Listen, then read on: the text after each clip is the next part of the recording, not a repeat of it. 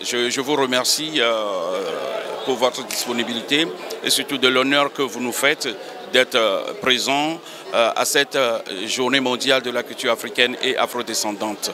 C'est la première fois dans l'histoire contemporaine de l'humanité qu'un peuple, un continent se dote d'une journée pour célébrer ses valeurs, ses traditions et ses coutumes. C'est la première fois aussi dans l'histoire contemporaine que l'Afrique demande à l'humanité tout entière de s'approprier de cette journée et de lui rendre hommage. L'Afrique, c'est notre berceau commun. On en parle, mais qu'est-ce que nous faisons à l'endroit de l'Afrique? Avons-nous une journée pour penser à l'Afrique? Tout le monde dit l'Afrique, berceau de l'humanité, berceau de l'humanité. En tout cas, dorénavant, aujourd'hui, il y a eu une date pour rendre hommage à l'Afrique, notre berceau commun. Qui sont les afrodescendants? C'est nous tous. Du moment où nous sommes descendus de ce berceau, nous devons bien évidemment rendre hommage à ce berceau commun qui est l'Afrique. Sinon, je me présente, je suis John Haïté Dossavi, je suis journaliste culturel, je préfère le dire ainsi, et par ricochet, un homme qui milite à ce que l'humanité soit réconciliée. D'ailleurs, vous avez écouté l'hymne de la journée mondiale dont le titre est « Une humanité réconciliée », dont je suis aussi l'auteur de cet hymne qui a été exécuté tout à l'heure. Alors, il faut se le dire que l'Afrique est éparpillée partout sur cette planète Terre. Il n'y a rien qui lie les Africains. Il n'y a pas un symbole qui les lie. Ce n'est pas la couleur de peau. La couleur de peau, ça ne vole pas haut. En revanche, il faudrait bien qu'un jour soit dédié aux Africains, leur permettant de célébrer leur culture. C'est une idée que je nourrissais depuis 1986, ça ne me rajeunit pas. Et finalement, elle a vu le jour le 24 janvier 2014 en Belgique, au Liban, en simultané d'ailleurs, parce que nous avons fait le lancement du compte à rebours de cette journée en 2014, ça fait 10 ans. Et ça fait 5 ans que les États membres de l'UNESCO l'ont voté, l'ont proclamé. Et je suis personnellement très reconnaissant de tous les bénévoles, de toutes les personnes qui ont cru à cette vision et aussi se dire tout simplement que notre génération a contribué à ce que dans 20, dans 30, 40, 50 ans, qu'on puisse dire que la journée mondiale de la culture africaine et afrodescendante est née dans la diaspora africaine en Europe. Il y a eu la directrice générale de l'UNESCO, le ministre des Affaires étrangères du Togo. Pourquoi? D'autant plus que c'est ce pays qui a porté le projet de résolution. Il y a eu également les présidents du groupe Afrique, Gros Lac, à savoir l'Amérique latine et Caraïbes, et puis d'autres groupes qui, pour moi, ont honoré de leur présence cette journée. Et maintenant, on peut saluer la présence de certaines personnalités qui sont venues de très loin, par exemple de la Guinée. La vice-présidente du conseil, du comité de transition de la Guinée était là. Et le président de l'agglomération de Djibouti a fait le déplacement. En tout cas, il y a plusieurs personnalités qui sont venues de tous bords, ceux qui sont venus de l'Europe, à savoir la Belgique, le Danemark et Allemagne. Mais, bref, je veux saluer tout le monde. Je veux dire merci à tout le monde. Et on ne peut pas citer un pays sans citer les autres, mais ce qui est sûr est que tous ceux qui étaient là, qui n'ont pas été cités, sont salués. Moi, je ne suis pas dans une dimension de compter les chiffres. J'ai de respect pour tous qui sont là. Et par ricochet, demain, c'est la date fatidique. Donc, c'est la date de la journée mondiale de la culture africaine et afrodescendante. Donc, c'est le 24 janvier. Donc, demain, il va y avoir plusieurs manifestations, et sur le continent, et ici, dans la diaspora, et aux États-Unis, au Brésil. Donc, je voudrais inviter vos téléspectateurs d'aller sur le site www.jmca.org. JMCA, c'est la Journée mondiale de la culture africaine et afrodescendante.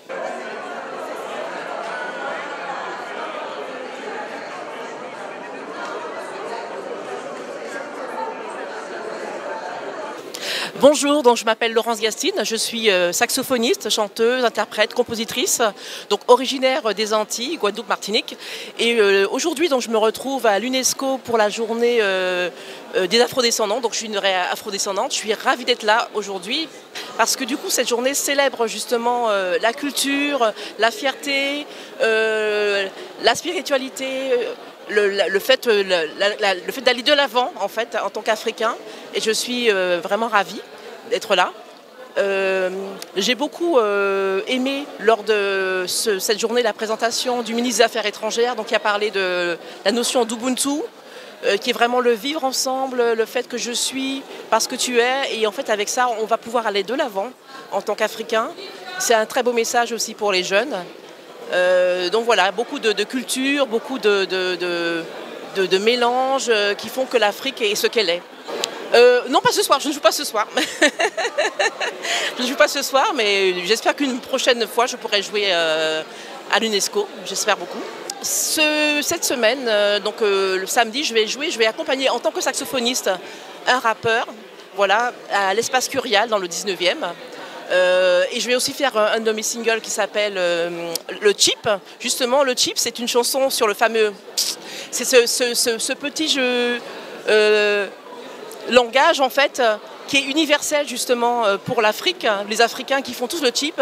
Et pour moi, c'est au-delà du... On a l'impression que ça ne sert à rien, mais si, c'est quelque chose qui invite au lâcher-prise, en fait. Et c'est très universel par rapport à la communauté africaine. Et c'est une chanson qui s'appelle Chip. Donc elle est chantée et elle est aussi jouée au saxophone. Ça fait plus d'une vingtaine d'années en fait que je joue. Donc je jongle aussi avec un métier de consultante. Et donc je me fais plaisir aussi à faire plaisir aux autres en étant artiste. Et ça fait plus d'une vingtaine d'années que je fais de la musique, que je compose. Et en fait, cette année, je me suis enfin décidée à préparer un album donc, qui est en cours. Et j'ai sorti des singles l'année dernière que je diffuse. Voilà. Bonjour, je m'appelle Sulike, je suis l'auteur du roman I'm an expat and so what, écrit en anglais, qui trace les pérégrinations de jeunes expatriés et qui raconte l'envers du décor des femmes expatriées. Et mon second roman, qui est plus d'actualité, est Un prisonnier sans étoile, édité chez Ramsay. On parle beaucoup des tirailleurs africains morts au front pendant la Première et la Seconde Guerre mondiale, mais on ne parle pas assez, voire pas du tout, des Noirs qui sont morts dans les camps de concentration. Donc mon roman, Un prisonnier sans étoile, retrace les pérégrinations de Sylvestre, qui part de son Togo natal dans les années 30 pour finir ensuite en France et puis malheureusement à Auschwitz, parce qu'un jour, Paris va être envahi par les nazis. Alors, tout d'abord, I'm an expat and so what, je l'ai écrit lorsque j'étais expatriée, puisque j'ai vécu à Séoul, à Cracovie et également à Budapest pendant 10 ans. Et à un moment, je me suis posé des questions sur nos conditions de vie de femmes d'expat. Et j'ai voulu donc témoigner du fait qu'il est vrai que nous avions de belles vies, mais en même temps, pour une femme expatriée, la vie n'est pas toujours si facile, car elle délaisse son travail, elle délaisse sa famille pour se retrouver toute seule du jour au lendemain, et elle doit apprendre à se reconstruire. Quant à mon second roman, Un prisonnier sans étoile, il est plus en phase avec une histoire un peu personnelle, c'est-à-dire que mon grand-père a vécu en France juste avant la Seconde Guerre mondiale et il a été contraint de rentrer donc au Togo, dans son pays natal, parce que sa mère ne voulait pas qu'il fasse la guerre et qu'il soit tué au front. Et je me suis demandé si jamais mon grand-père était resté en France, si jamais mon grand-père n'avait pas écouté sa mère, que serait-il advenu de lui? Aurait-il été soldat? Serait-il mort sur le front? Ou aurait-il été incarcéré dans un camp nazi? Et suite à cela, j'ai fait des recherches et j'ai appris que de nombreux Noirs avaient été incarcérés dans les camps nazis, d'où est issue ma fiction. Bonjour tout le monde, je suis Agathe Roth-Caboret, je suis auteure de 26 livres, tous publiés sur Amazon. J'ai aussi une maison d'édition qui s'appelle les éditions Yenenga. Je réside en Suisse et je suis venue participer à l'événement de la GMK pour mieux me faire connaître et aussi connaître d'autres auteurs et aussi partager ce moment de convivialité avec les personnes de l'UNESCO. Et je trouve que c'est une très belle initiative. J'apprécie vraiment. C'est la première fois que je mets les pieds ici et j'espère que ça ne sera pas la dernière fois. Et j'ai écrit 26 livres, comme j'ai dit. C'est des livres de développement personnel qui amènent toute personne à se découvrir. Par exemple, mon premier livre, je l'ai écrit, le titre c'est de Guide de préparation mentale de l'entrepreneur à succès. Le deuxième livre, c'est les 3 secrets de la réussite d'un entrepreneur. Le troisième, c'est Qui suis-je? C'est un livre qui parle d'identité, qui est à la découverte de ma destinée. Le quatrième livre, c'est un livre qui parle de confiance en soi. Le titre, c'est Si je perds confiance. Et le cinquième, c'est un livre spirituel qui parle de proclamation. Utiliser la puissance de la parole pour amener à l'existence l'inexistant. C'est aussi, je l'ai écrite avec des versets bibliques où on a utilisé ces versets-là pour faire ces proclamations. Et le sixième livre, c'est les vertus du leadership. Dans ce monde actuellement, nous avons besoin de leadership pour pouvoir nous développer et développer ce que nous faisons, pour mieux être pris au sérieux et aussi impacter ce que nous avons besoin d'impacter à travers nos services. Et le septième, c'est un livre qui parle de talent. C'est ton talent, la mine d'or en toi. C'est important de découvrir ce que nous avons en nous de particulier pour pouvoir mieux nous investir et réussir et être aussi épanoui dans tout ce que nous faisons. Le huitième livre, c'est un livre qui parle de l'art de la reprogrammation mentale. C'est vraiment un travail, un livre très très professionnel qui amène à travailler, juste à reprogrammer son cerveau, son subconscient pendant 21 jours. Et j'ai le premier livre qui a été imprimé et traduit en anglais. Sinon, j'ai 16 guides, séries de livres sur des proclamations. Ces 16 séries, c'est des guides de proclamation sur la santé, sur les finances, sur les connexions divines, sur les enfants, les relations avec les enfants, les liens de son. C'est vraiment 16 titres et tous mes ouvrages sont sur Amazon. Si vous avez besoin de découvrir tout ce que j'ai écrit, vous pouvez aller sur Amazon, vous tapez mon nom, Agathe Roth Kaboré, et tout y est. Voilà, donc je suis contente de passer ce moment avec vous et j'espère que ce n'est pas la dernière. À bientôt. Comment ça vous est venu cette idée d'écrire ce livre ? Cette idée d'écrire un livre, à la base, je suis de formation technique de génie civil. J'ai fait le CAP, le BEP, le bac F4, le BTS et après j'ai fini avec l'architecture d'intérieur. Mais ce qui m'a amené sur le chemin de l'écriture, c'est parce que j'ai travaillé à découvrir mon talent, le talent particulier que j'ai en moi. Et il s'est avéré que je suis quelqu'un de communicatif, quelqu'un qui aime instruire, qui aime conseiller, qui aime former.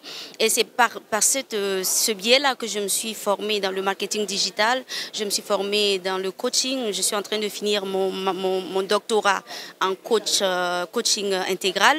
Et c'est comme ça que je me suis dit comment je peux me présenter devant des jeunes, des femmes, des personnes qui ont besoin d'être édifiées si je n'ai pas quelque chose que je peux leur laisser comme trace de mon passage. C'est comme ça est née l'idée d'écrire mon premier livre, mais je ne savais même pas que j'avais ce talent parce qu'une fois que j'ai écrit le premier livre, ça s'est enchaîné au fait. Ça s'est enchaîné, j'ai eu la grâce de trouver des gens vraiment bienveillants qui m'ont aidé à monter ma maison d'édition, les éditions Yenenga. Et sur la base de cette maison d'édition, c'est très facile pour moi d'écrire mes livres sans problème. Et je rends grâce à Dieu pour cela. Clarence Lawson, présidente de l'ONG Cercle International de Femmes Leaders. J'ai créé mon ONG pour accompagner les femmes dans toutes les entreprises dans le monde entier. Parce que j'ai trouvé que les femmes avaient été dans le besoin. Et que tout le monde me posait des fois beaucoup de questions. Comment je peux faire pour entreprendre ceci et cela. Je me suis dit, au lieu de continuer à être la conseillère un peu bénévole, que je crée carrément une ONG pour accompagner les femmes dans ce sens. Elle existe depuis avril 2023. Là, on peut me trouver pour l'instant sur LinkedIn. Alors, ONG, Cercle International de Femmes Leaders. Et les autres réseaux vont suivre. Mais pour l'instant, allez sur ONG, Cercle International de Femmes Leaders. Bonjour, je m'appelle Guy Sobel, je suis responsable et président de l'AIMR, une association que j'ai créée en 2019 et qui prend une très grande tournure puisque maintenant nous sommes présents dans 36 pays ex-dépendance française coloniale. Et cette année, le 13 octobre, pour le 80e anniversaire du débarquement en Provence, on va faire défiler plus de 200 000 personnes sur le Champs-Élysées, dont de nombreux chefs d'État africains. Nous sommes aussi les seuls en France à avoir une fanfare typiquement africaine de 220 musiciens qui défilera. On a créé aussi dans ces 36 pays des brigades de cadets de la mémoire qui sont des lycéens conformes et qui viennent en aide au développement de leur pays. Et en dehors de ça, tous les ans, on fait un événement au Jardin tropical de Paris à la mémoire des soldats venus d'ailleurs, qui représentent donc les ex-dépendances, dans 36 pays, donc il y a tout, l'Afrique, le Maghreb et l'Asie. Et on est le seul événement qui, en France, reçoit autant d'ambassadeurs que d'ambassadeurs lors du défilé du 14 juillet. Nous avons des fois la participation de plus de 150 drapeaux. Et on développe de plus en plus d'événements. On a créé aussi pas mal de gros projets. On a un programme actuellement qui concerne le reboisement, où on a un programme de planter 50 millions d'arbres sur 5 ans. Nous avons aussi créé la première centre de reproduction, je dis bien de reproduction de langoustes à Fort-Dauphin. C'est une première, puisque nulle part dans le monde on a reproduit des langoustes. Et on est aussi occupé de créer à Abidjan un premier centre pour les enfants qui souffrent de maladies génétiques qu'on ne sait pas encore guérir. Ces enfants sont bien souvent délaissés par leur famille, faute de moyens, parce que les traitements coûtent très cher. Et on a déjà, malgré que l'établissement n'est pas inscrit, on a plus de 23 000 demandes d'enfants, de familles d'enfants africains pour venir dans ce centre. Nous sommes aussi présents au Laos, où on a créé un lycée horticole, mais qui est spécialisé dans la culture aquaponique. C'est-à-dire qu'on crée des champs sur l'eau et on fait des élevages de poissons en dessous, ce qui est très productif. Et on a encore plein de sujets au développement qu'on est occupé de mettre en route. Faut savoir quand même que malgré que nous ne sommes pas reconnus en France, étant association du 12e arrondissement, enregistré et tout, l'administration ne parle jamais de nous lorsque nous avons 1 700 000 membres. C'est question d'action, puis surtout que parmi l'association, c'est bientôt tous les Africains. Pas aucune subvention. On s'autofinance par nous-mêmes. Même les bénévoles de l'association ne payent pas de cotisation. On se débrouille à créer des événements qui nous font rentrer de l'argent pour développer les programmes. Mais oui, mais on leur écrit, jamais ils répondent. Jamais ils nous ont répondu. Il faut savoir que je fais l'événement au Jardin tropical. Depuis 6 ans, on n'a même pas d'autorisation, mais on va quand même, parce que j'ai envoyé une lettre à Anne Hidalgo, et je lui dis, madame, si vous n'êtes pas d'accord, vous nous envoyez les CRS. Elle n'a jamais répondu. Madame Pécresse. Pareil, personne ne répond. On est un peu des éléments perturbateurs, comme on nous a dit. Donc le devoir de mémoire... On n'aime pas parler de qu'est-ce qui est l'histoire de la colonisation. C'est quelque chose qui blesse. Et comme nous, on défend tous les problèmes de la colonisation, tant en France que dans tous ces pays, on n'est pas apprécié ici chez nous. Merci. Bonjour, bonjour la famille, bonjour tout le monde. Moi je m'appelle Jean-Jacques Berthieu, je suis organisateur d'événements, je suis artiste d'abord, auteur, compositeur, interprète. Je suis organisateur d'événements et en même temps, voilà, je suis tellement ému d'être devant vous là comme ça. Voilà. Alors on organise là depuis 3 ans le Waka Waka Festival à Madagascar, donc un festival qui réunit plus de 50 000 personnes aujourd'hui. On organise aussi en France pas mal d'événements privés et en même temps publics, voilà, avec beaucoup de monde. Voilà. La musique traditionnelle, c'est pour ça que je veux organiser un festival de l'Inde. Je ne sais pas si on dit le festival de l'Inde ou le festival de l'océan Indien. Le plus gros festival de l'océan Indien va être organisé ici en France. On va commencer d'abord en France, après on va pouvoir se déplacer. C'est ce que je veux organiser. Voilà. Cette idée m'est venue parce que j'ai rencontré le responsable des Indiens en France, le ministre, l'ambassadeur, pardon, l'ambassadeur. On a parlé longuement et puis j'ai rencontré aussi, j'ai du mal, excusez-moi, Brinda, et son énergie, son humour et puis sa ténacité m'a permis d'en arriver là. Il est temps d'organiser que les Indiens, que l'océan Indien ait son propre festival à Paris. Pas un petit festival, un gros festival. Moi, je vise le U-Arena. Pourquoi? Parce qu'il faut montrer la culture indienne. Il faut montrer ce qui se passe de l'autre côté. Donc, on n'a pas besoin de faire des petites choses. Il faut faire des grosses choses. Donc, voilà. Ma société, avec M. Guy Sobel, AIMR, ma société qui s'appelle Solaire Production, on va se mettre à fond. On va attirer tous les partenaires qu'on peut avoir, plus les partenaires qui sont là, qui nous regardent. Venez avec nous. On va organiser le plus gros festival jamais organisé en France. Avec des chanteurs, des musiciens indiens, des musiciens français, africains, guadeloupéens, de tous les continents. On va essayer de créer en une journée de midi jusqu'à minuit, une belle fête ensemble.